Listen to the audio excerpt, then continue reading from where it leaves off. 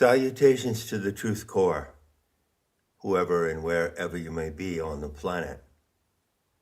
This is yours truthfully, the main professor and founder of the Sophiatic School of Arts and Sciences, with the 8th installment on Gnostic sabotage in the Book of Revelation. This would be the next to the last talk, with the final and 9th talk going to the dicey subject of the great whore of Babylon. Happens to be a longtime girlfriend of mine, so I look forward to talking with you about her in rather intimate terms. Now, to start out by saying that there's been some mix-up in the sequence of numbering of these talks. They can be found in playlists on my Prime channel, John Lamlash, and also on Mandela Effect Decoded, which is also my channel. That was established in February of 2017. When you consider, or someone coming upon these channels at random considers the mix-up, which has occurred 2 or 3 times in numbering the sequence of talks, you might have a laugh about that, and you might have cause to raise the question, well, hey, hold on, wait a minute here.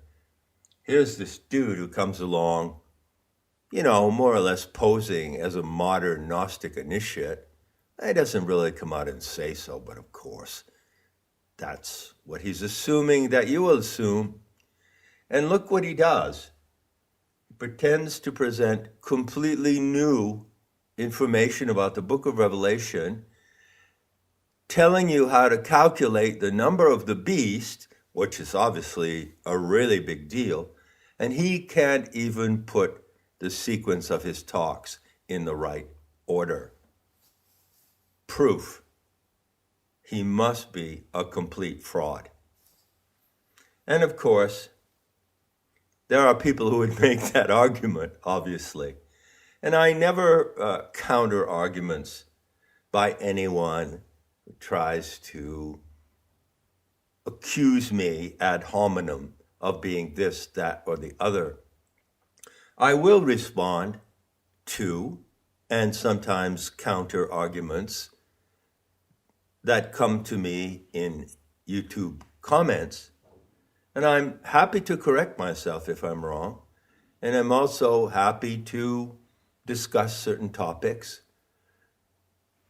with people who have other views on the history or the intel or information that I'm putting out. No problem. Case in point, by the way, just for the purposes of illustration, goes to someone who commented about my interpretation of the time frame of Kali Yuga. And that individual is obviously educated in the sacred chronology of the ancient Vedas. Actually, it belongs to the Brahminical class who handled that kind of material. And he cites all of these really big numbers. The unit, it's not a number, by the way, it's a unit. The unit 432 appears in various iterations of the yugas in the sacred chronology of India. So one of the numbers that occurs frequently is 432,000 years. That is a traditional number, and there are much larger numbers than that. In fact, the largest numbers that I know actually occur in the iterations, technically the diachronic iterations, that you find in the Mayan calendar. And that goes into something like, what does one of the scholars say? non-millions of years or something like that. So you have these really high figures. And traditionally, the Brahminical chronology, which, by the way, was picked up by Madame Blavatsky at the end of the 19th century, well, you typically find that the chronology of the yugas runs into hundreds of thousands, if not millions of years. That's simply a fact. The evidence is there in the source materials. And that belongs to what is called a canon, C-A-N-O-N. A canon is an established body of teaching, especially if it concerns numbers, geometry, or time periods. The sacred canon of geometry is part of the Western esoteric tradition. So, for instance, my old friend John Michel, who wrote The View Over Atlantis, was an expert in both sacred chronology and metrology. So if you go and study the documents that have been written about the proportions of the Great Pyramid, you find certain unit numbers, certain equations, certain proportions, and that all belongs to what is called a canon of numbers in sacred geometry or metrology. Likewise, there is a canon of numbers regarding the calculation of the yugas. Now, I expect that most people, many people, may have encountered that system from reading the autobiography of a yogi by Paramhansa Yogananda. Now, that book came out in 1945, I believe, the year I was born. And when I discovered it in India years ago, it had a great impact on my life.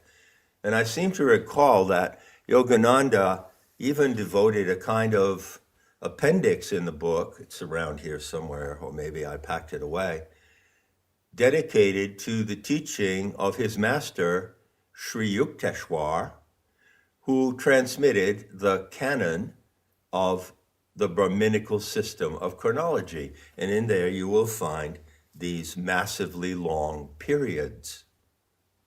I don't deny that evidence. I've been through it and over it and under it and above it quite a few times over the years. I'd like to make it clear on this topic that I respect certain canons.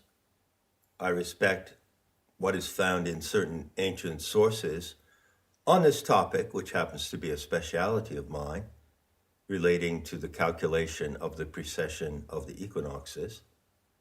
So I've written a book on Dendra, and as I've said in the talk on the timing of Kali Yuga, which is not in this series, by the way, I arrived at my figures for Kali Yuga by the comparison of 5 or 6 different systems of ancient chronology. So I want to make it clear that I know about these systems, and I respect ancient systems of knowledge to a degree. There is a saying that you find, there are references that you find, again, in the Hindu writings, particularly, for instance, in the Maha-Nirvana Tantra, which is a document, I think, late, dated to, I think, the 11th century or so, although it may go back to the 9th century. In any case, it carries forward an ancient tradition going back much further. But in the Maha-Nirvana Tantra, it says explicitly in a number of passages that in Kali Yuga, all the previous teachings of spirituality become obsolete. And that includes these canons of geometry and chronology as well. There was a long comment on that upload. I can't bring it up now because I don't want to take the time to go look for it. But someone cited these thousands and hundreds of thousands of years. And they knew what they were talking about. But you know, there's a saying, how does it go? Imitation is the highest form of flattery. Well, I don't merely imitate the ancient sources. I go through them, I grind them down over and over again, I rework them, I distill them, and I bring them forward to something that is pertinent today. I'd like someone to tell me how time periods calculated in hundreds of thousands of years could be pertinent to today. So rather than say imitation is the highest form of flattery, I could jumble that phrase and say innovation is the highest form of respect.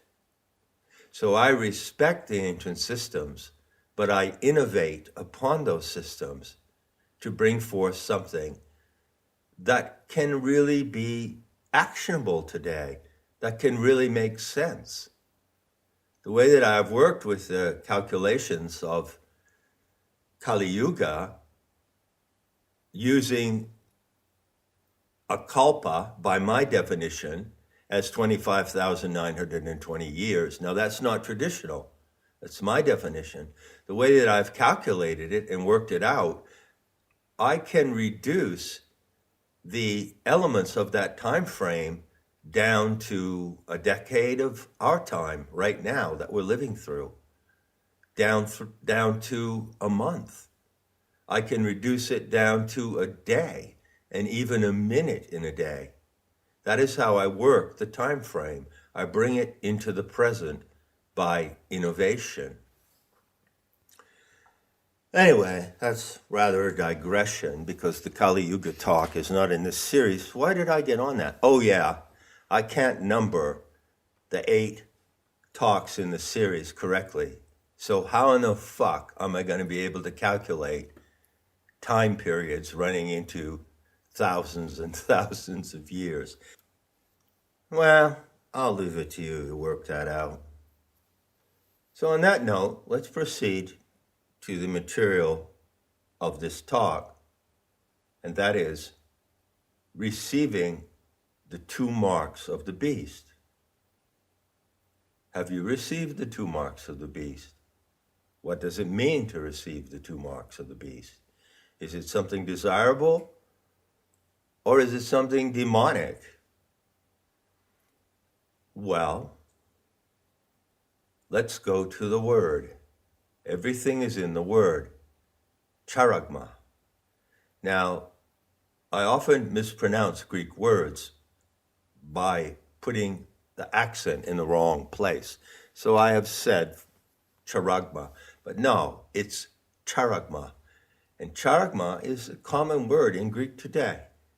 Do you know what it means? It means a notch.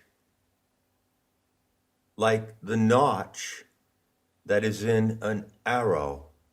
When you look at an arrow, it consists of the arrowhead, the shaft, the feathers, and then there is that part of the arrow at the end that fits into the string of the bow. That's charagma. That's a notch. So this word appears twice in chapter 13.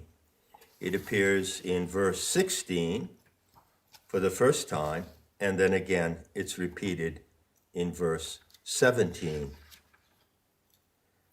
So, in the first instance, the text says that the lesser beast, who handles the power of the great beast, gives the mark in 2 ways, on the forehead and on the right hand.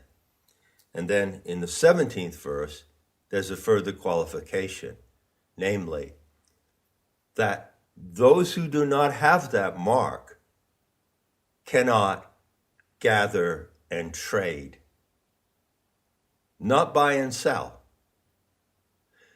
Of course, that goes against the vastly popular notion that AI is a technique for delivering the mark of the beast, right?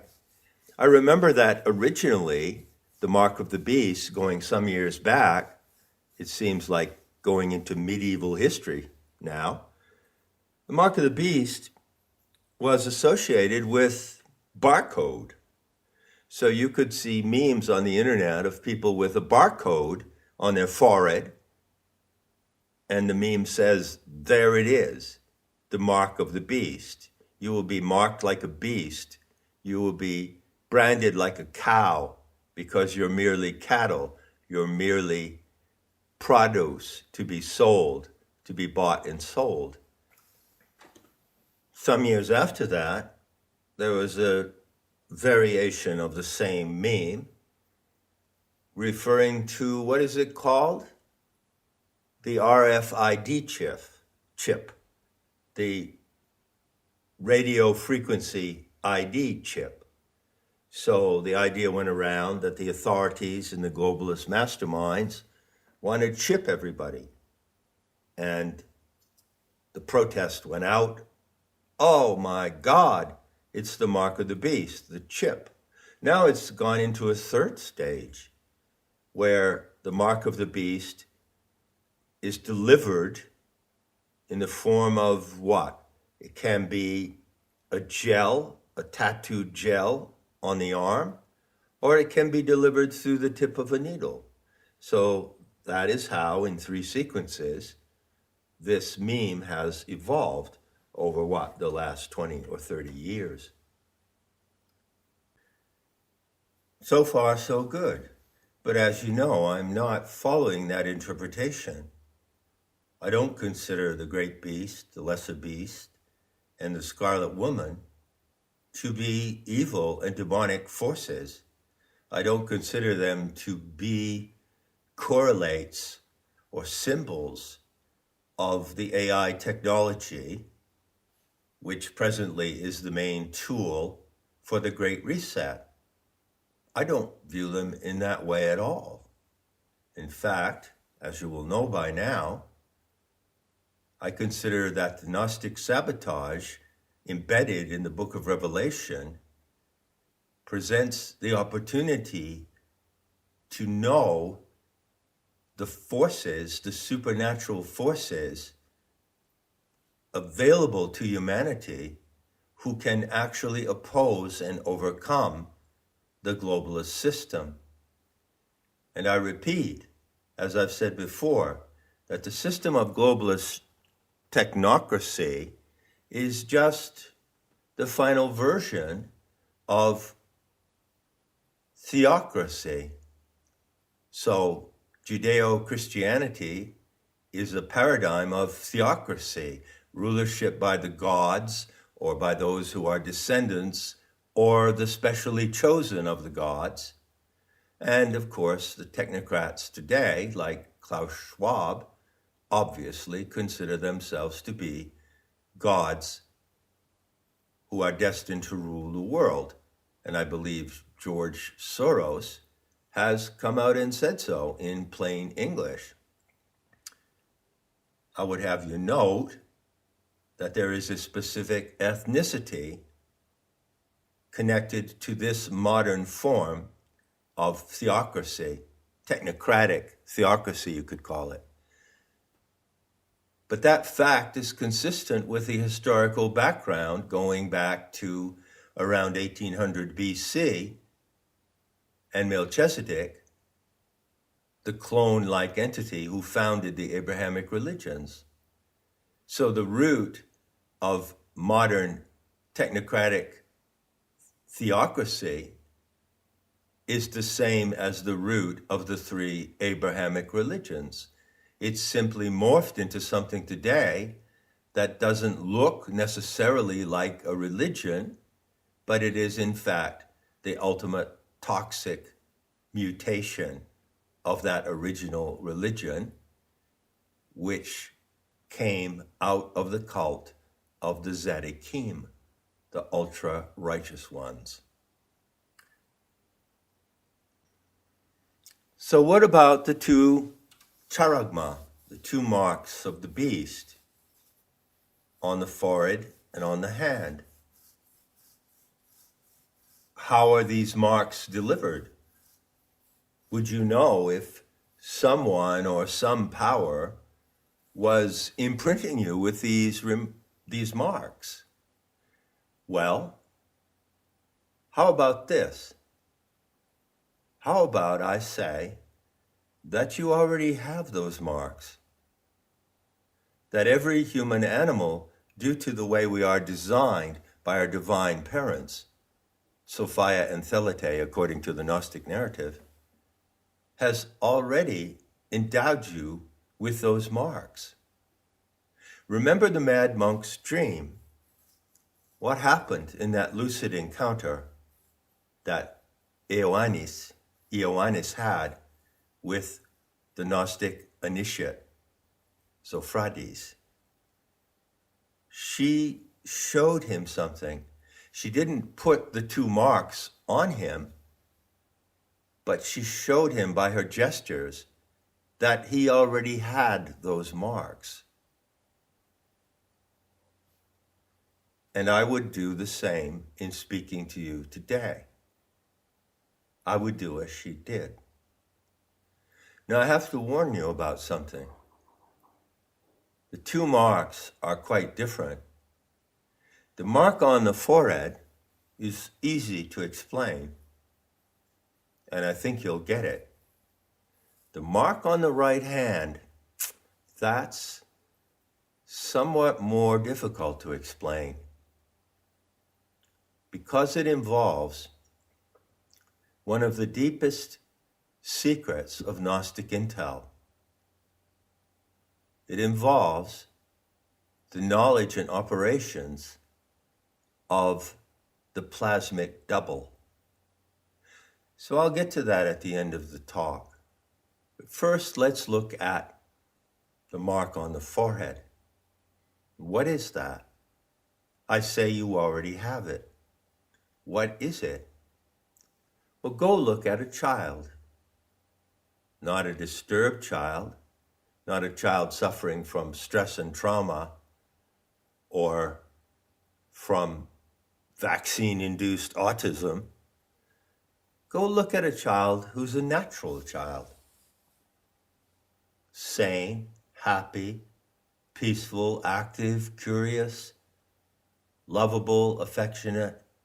A child that still has its boundaries, that knows how it feels to be touched and caressed in the right way and in the wrong way.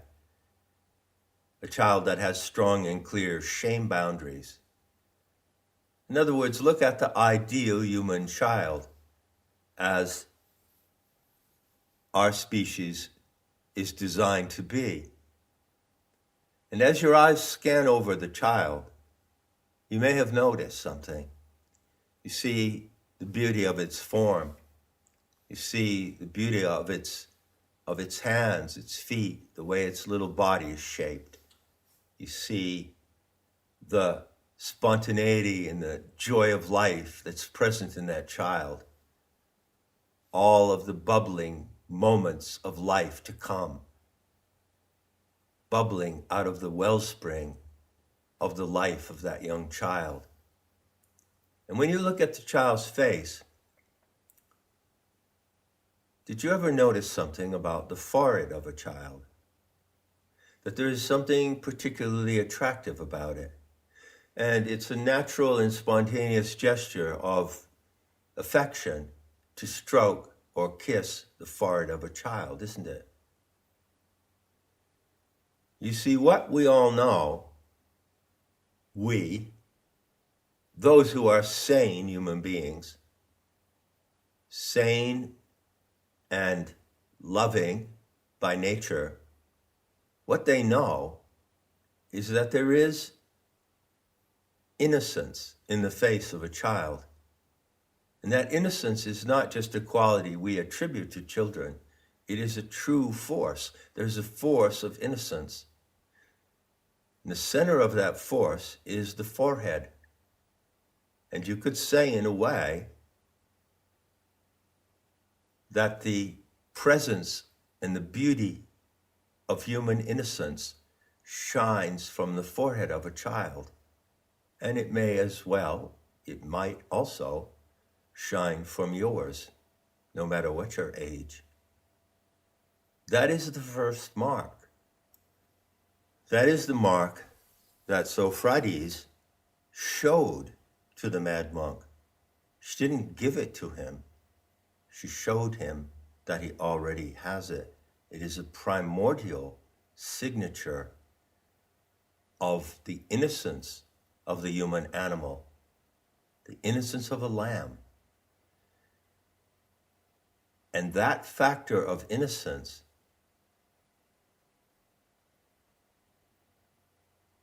can be considered,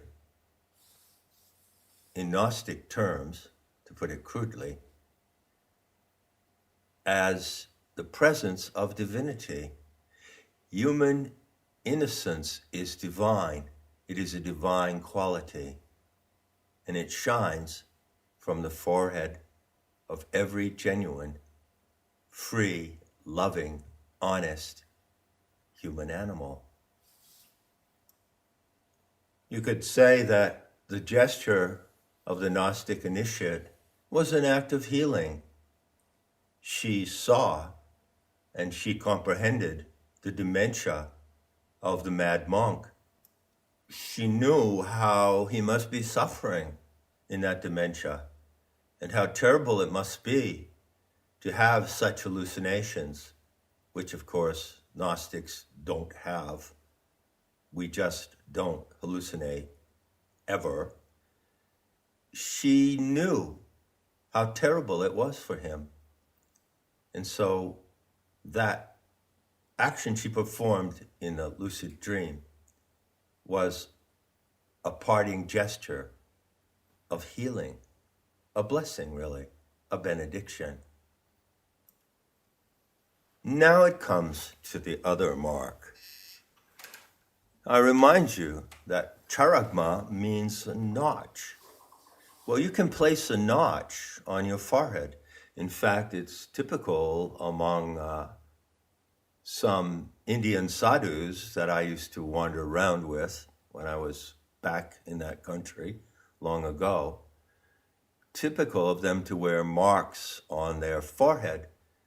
And I believe the Vaishnavites, or the worshippers of Vishnu, had a yellow mark on their foreheads, which is like a Y, but could also be a V. So you could put a V on your forehead. You would put the point of the V right at that part of your forehead that goes down to form your nose, and then the two prongs of the V upward. You could wear that V on your forehead. That's a notch. Think of this precisely. A notch is not something that causes a place to be. It's something that identifies where something is. So if I'm on the beach and I'm trying to detect coins and things with a detector, and the detector goes off, I can make a notch or sign on the beach. The notch does not cause the treasure to be there in the sand. The notch merely marks where the treasure is. Hence, the notch on your forehead really marks what is already there, your innocence. But what about the notch in the right hand? Well, hold up your right hand and look at it. Keep the fingers together. Keep the thumb out sort of at a right angle and look at it. Of course, if you spread your fingers, there are 3 notches between your 4 fingers, right? But look over to the right. Look at the space between the index or pointing finger and your thumb. That's a big notch. It's kind of L-shaped. But if you stretch your thumb out, you can see it's more like a U shape. That's the notch in the design of your hand. Now, how about you do what I say, just for fun, and you do something rather weird, maybe. You bring your hand up, spread your thumb as far away from your hand with the fingers closed as you can, and look at that notch. And you bring your hand up and you put it in your mouth as far as you can, and you bite on that place in your hand. Just try that. Doing that, you can see how your upper and lower jaw, which form two curves, actually fits into the notch of your hand. So press it in as far as you can, like you're doing when you're at the dentist to get a mold made for your teeth, and bite. Press down and hold the bite for a moment. Now take your hand away and look. You see that there's a mark on your palm, a semicircular mark. That is the charagma of the mark on the right hand. You've located where it is. Now you can see that that's a semicircular line formed by the line of your lower jaw, correct? So what next? Of course, I don't advise you to bite too hard, but bite down hard enough so that you can leave an impression, a red line that lingers for a moment, then it goes away. Looking at that line, which sort of resembles a crescent moon, you can see that there is a border. The extreme limit of the crescent is a border. You can only go in so far with your jaws. Now picture that just below that border, in the fleshy palm of your hand, there is a spot. That exact location is significant. This whole exercise takes you to that exact location. So you can take your finger of your other hand and you can press it right there, and you can feel where it is in the fleshy part of your palm, right underneath the line that has been made by your bite. Not on the line, right underneath it. The Gnostic initiate knows, that is to say, the accomplished shaman, that there is a spot there that also is part of your design. Actually, it's a hole. But it's not a hole in your physical material body. It's a hole in your plasmic double. So what Zofradis did was to show him something that only initiates know. You can only know if you are able to go into the supernatural, into the nagual, if you are able to navigate in paranormal reality and keep your sobriety and sanity. You can know things like this. And that's the only way you can know them. And once you know them, you must know them in a way, you must hold that knowledge in a way that is coherent with other knowledge that you have. So it's one thing for me to say to you that you have a hole in your right hand, and that is the second mark of the beast. But it takes quite a lot more for you to know the significance of that hole.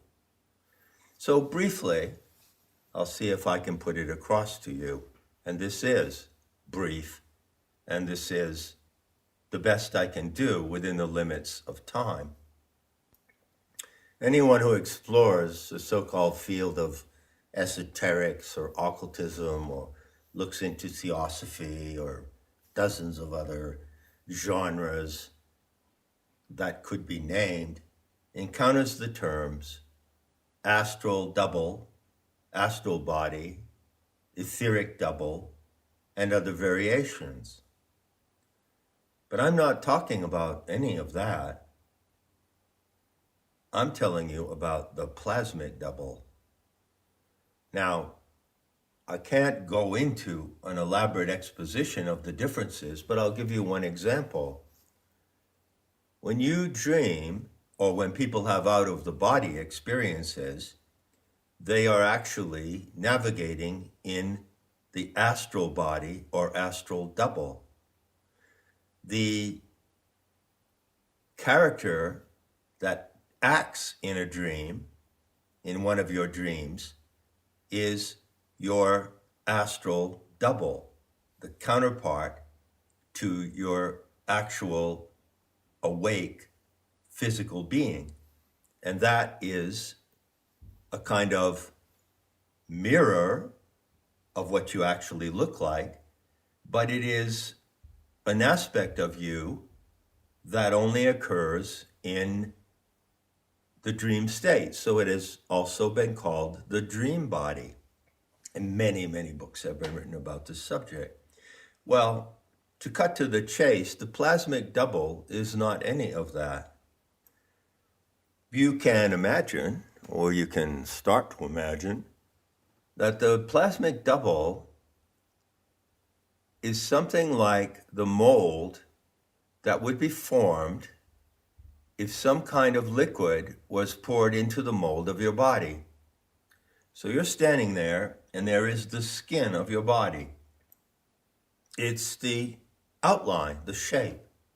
Now imagine that inside your skin, around all parts of your body, around your fingers, between your toes, down your back, imagine that the interior space enclosed by the shape of your body was empty. And then imagine that there was a little, what do you call it? Like when you open a bottle of sweet and sour sauce, you flip a tab at the top of the bottle, which allows the liquid to come out. So imagine that there's such a tab at the top of your head, in what is called a fontanelle, and you flip it open, and someone pours inside of it a kind of gel-like substance. And then imagine that the substance entirely fills your body. It takes on the shape of your body. It is molded to the shape of your body. And then imagine that it can stand alone on its own, independent of your body, although it is constantly in the natural state, interpenetrating your body. That's the plasmic double. And the substance of the plasmic double is something like a liquid crystal. It has property of platinum because it's rather silvery, but it also has the property of diamond. And you will find allusions to this body in Buddhism under the term the adamantine body. Adamantine, meaning crystalline or diamond. So you have a plasmic double, and it's always with you, and the shape of it is exactly the shape of your body. But that plasmic double also has its own independent existence. So you're always in two places at once in the universe. You're in the place where the plasmic body is at unity with your material body, and you are simultaneously in the place where the plasmic body is independent of your material body.